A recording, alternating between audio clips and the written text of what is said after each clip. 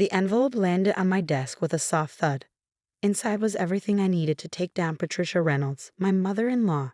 For 6 months, she had been trying to steal my $40 million inheritance. My name is Claire Bennett.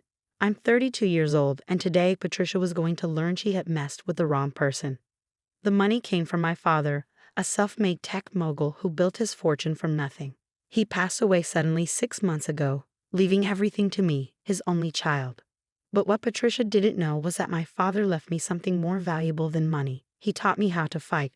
My assistant's voice crackled through the intercom. "Mrs. Bennett, your mother-in-law is here for your meeting." I smoothed my silk blouse and tucked the envelope away. "Send her in, Angela." Patricia walked in like she owned the place, dressed in a Chanel suit, her silver hair perfectly styled. Behind her was my husband, Michael, looking uncomfortable, like always when caught between us. "Claire, dear," Patricia said with a sharp smile. "Let's discuss this like adults." I gestured to the chairs. "Please sit." They did. Patricia sat tall and poised, while Michael fidgeted with his tie. I studied them both, remembering how different things had been just a few months ago. When I first met Michael, Patricia welcomed me into the family with open arms. We met at a charity gala, fell in love, and got married within a year. Patricia had seemed happy, calling me good stock. Then my father died. Everything changed. The moment she heard about my inheritance, her attitude flipped. Suddenly, I wasn't good enough. She called me a gold digger, a social climber, someone who didn't deserve that kind of wealth. "I spoke with your father's lawyer," Patricia said, pulling a document from her designer handbag. "He believes the will is questionable. Your father was under stress. His judgment may have been affected." I kept my face calm. "Is that so?" She nodded. "Yes. In fact, he's willing to testify that your father had second thoughts about leaving everything to you. He wanted the money in a stable family's hands." She handed me the document, a supposed statement from my father's lawyer, Harrison. But I knew it was fake. Just yesterday, the real Harrison had shown me proof that Patricia tried to bribe and threaten him into lying. "Interesting," I said. "And what do you want?" Patricia smiled wider. "A fair deal. The money should go into a family trust, controlled by Michael and me. You'd still get a monthly allowance, of course." I looked at my husband, who was staring at his shoes. "Michael, what do you think?" He looked up, startled. "I just want what's best for everyone." Typical Michael, always avoiding conflict. At first, I had liked how easygoing he was. Now, I saw it for what it was: weakness. Patricia cut back in. "We need to protect this money for the future. You're not responsible enough to handle it, Claire. Your father's company has already lost 5% in stock value since you took over." She had done her research, but she left out the most important detail. The stock drop happened because I exposed a fraud scheme in our Asian division. Cleaning up the mess would only make the company stronger in the long run. "I see," I said, opening my laptop. "And I suppose your new offshore accounts have nothing to do with your concern for the future." Patricia's smile wavered. "I don't know what you mean." I turned the screen toward her. "No. 3 accounts in the Cayman Islands, all opened last month, right after you first tried to challenge the will." Her face went pale. "How? How did you get this?" I smirked. "Let's just say I learned from my father. Did you really think I wasn't watching?" Michael finally spoke, his voice shaky. "Mom, what is she talking about?" I almost felt bad for him.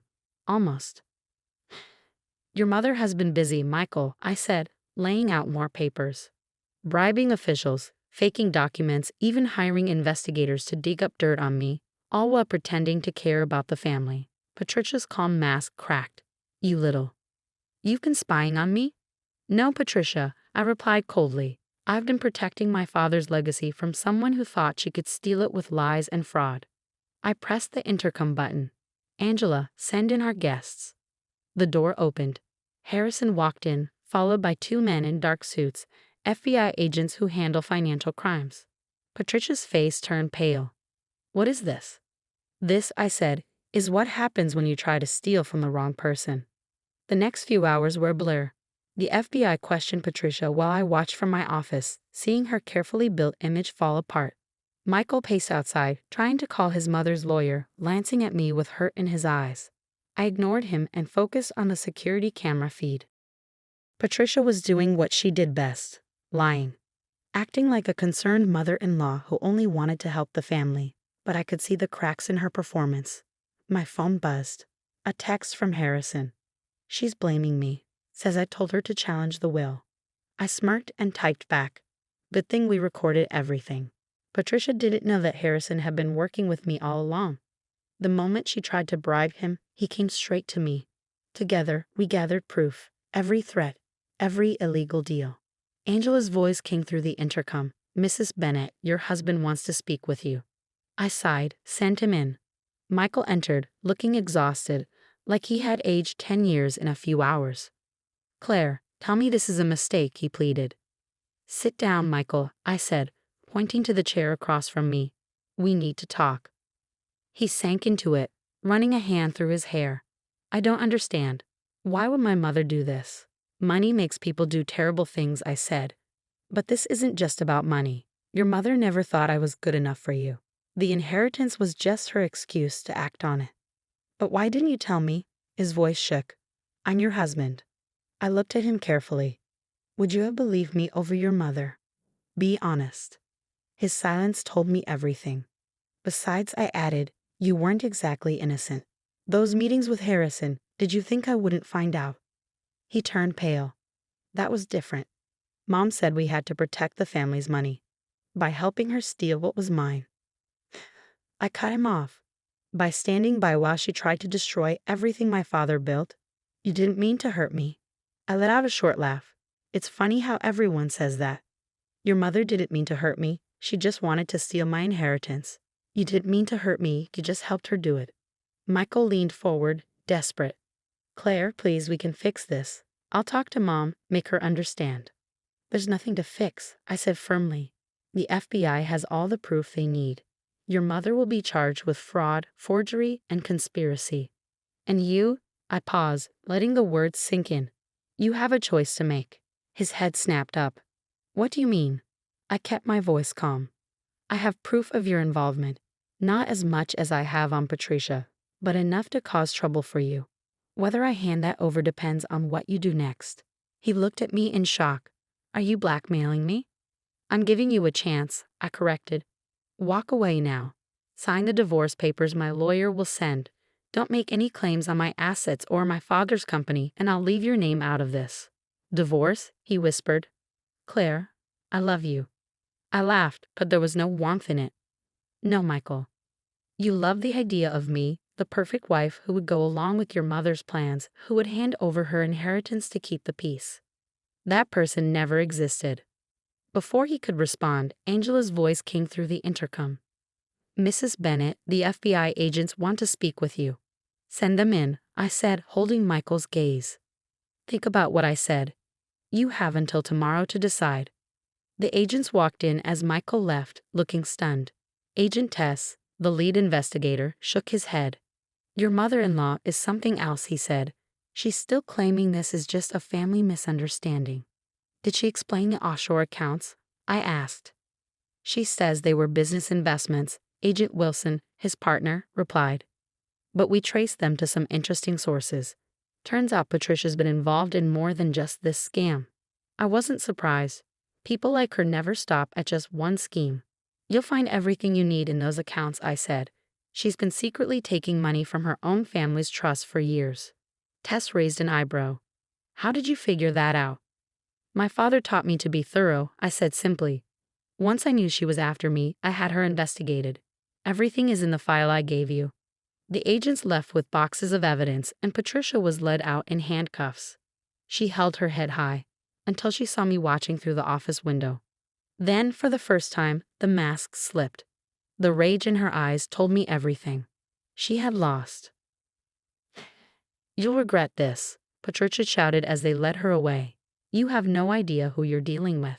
I gave her a cold smile. No, Patricia, you had no idea who you were dealing with. The fallout was huge. Within days, the story was all over the financial news. Patricia Reynolds, wealthy socialite, arrested for fraud and conspiracy. Mother-in-law from hell. Inside the $40 million inheritance scheme.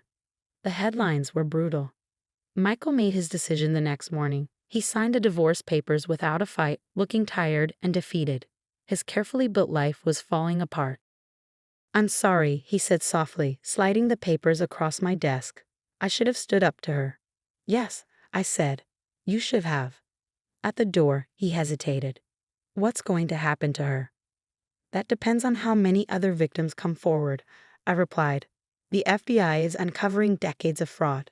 Your mother has been stealing from a lot of people, not just me." Patricia's plan to take my inheritance had backfired. It exposed years of financial crimes, stealing from business partners, distant relatives, even charities. A week after her arrest, I got an unexpected visitor. Catherine Reynolds, Michael's grandmother and the real head of the Reynolds family, asked to meet. She sat across from me, elegant in a perfectly tailored suit and pearl necklace. But unlike Patricia's fake charm, Catherine had a quiet strength. "Well," she said, her sharp blue eyes studying me, "you've certainly shaken things up." "Your daughter-in-law tried to steal from me," I replied. I kept my voice calm. I responded accordingly. Catherine's lips twitched. "Yes, you did. Quite impressively, I must say." She reached into her handbag and pulled out a folder, placing it on my desk. Inside were decades-old documents, proof of Patricia's schemes, carefully recorded. "You knew," I said, realization hitting me. "You've known all along." Catherine nodded. Patricia was reckless. She thought marrying my son made her untouchable. "I've been collecting evidence for years, waiting for the right person to bring her down." "And why didn't you stop her yourself?" "Because the Reynolds family name had to be protected," she said simply. "But you're not a Reynolds. You could do what needed to be done without worrying about family reputation." I leaned back, understanding. "So you wanted her exposed." "I wanted her stopped," Catherine corrected. "The exposure was just a consequence.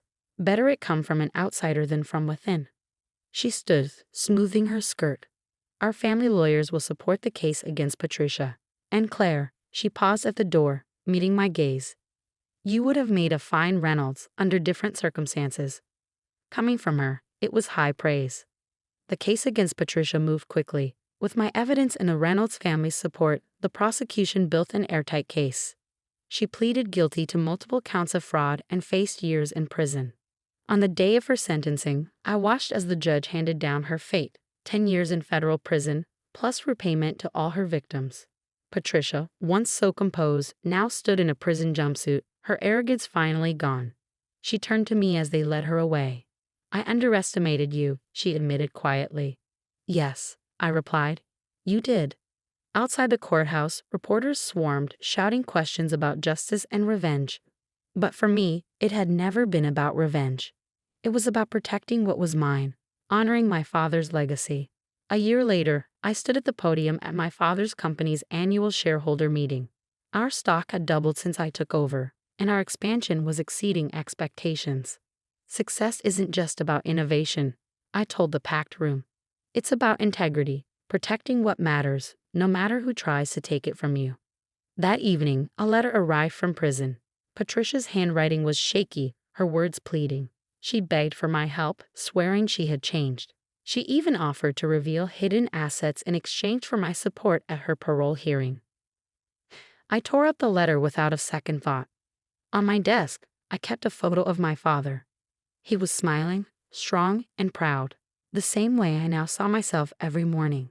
He had taught me more than just how to run a business. He had taught me to stand my ground, to never let anyone take what was mine. Patricia thought I was just an easy target, a spoiled heiress she could control. Instead, she ran into someone who had learned from the best. Someone who knew that in both business and life, you have to fight for what's yours.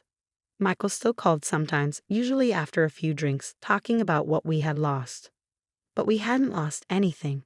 We had only uncovered the truth, his weakness, his mother's greed, and my strength. Sometimes clarity comes with a cost. As for me, I was just getting started. My father's company was thriving, growing beyond even his biggest dreams. I wasn't just his daughter anymore. I was his legacy, proof that what he built would last. And if anyone else tried to take that from me, they'd learn the same lesson Patricia did. Some people shouldn't be underestimated.